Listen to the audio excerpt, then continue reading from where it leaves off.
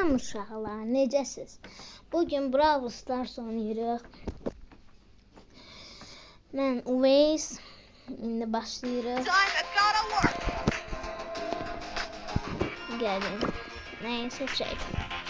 Bir də yadınıza salın. Abone olub like atmağı unutmayın. Bildirişləri də açın. Evet, burada neyi?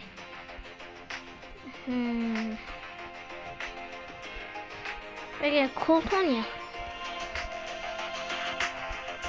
Ben Colt oynayaq. Colt axtaraq. Temizlik görəvi yaxşıdır. Gəlin oynayaq. Başladı.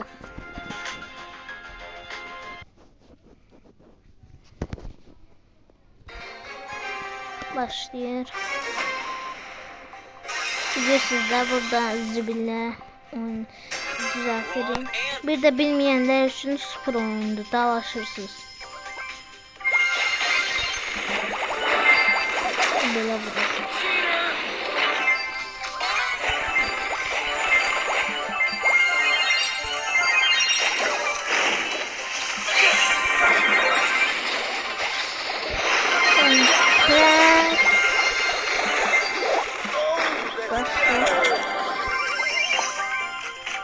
Kaçtım.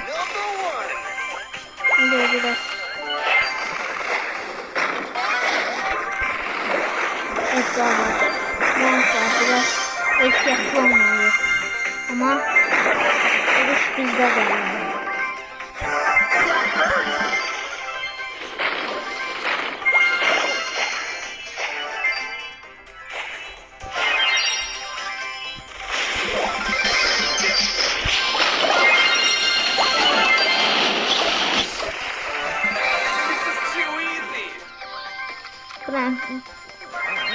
O bugün sana öldürdüm.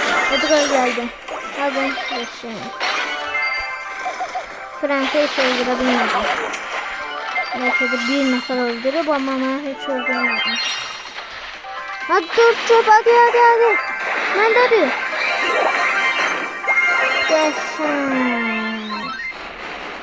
Bu oyun bitti.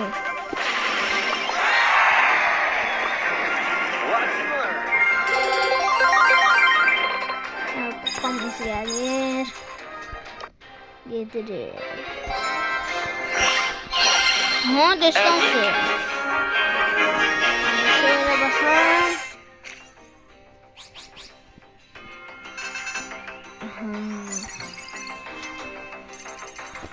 Part 2'ni de çəkirəm. Sağ olun. Bir de hesabım bu arada. Buradadır. Kim istəsə gəlsin. Mənə göndərsin. Short çəkmişdim, heç kim baxmır. Bu videoya bəlkə baxdır. Belədir. Ya sağ olun uşaqlar. Sağ olun. Abone olub like atıb bildirişləri açmağı unutmayın. Sağ olun.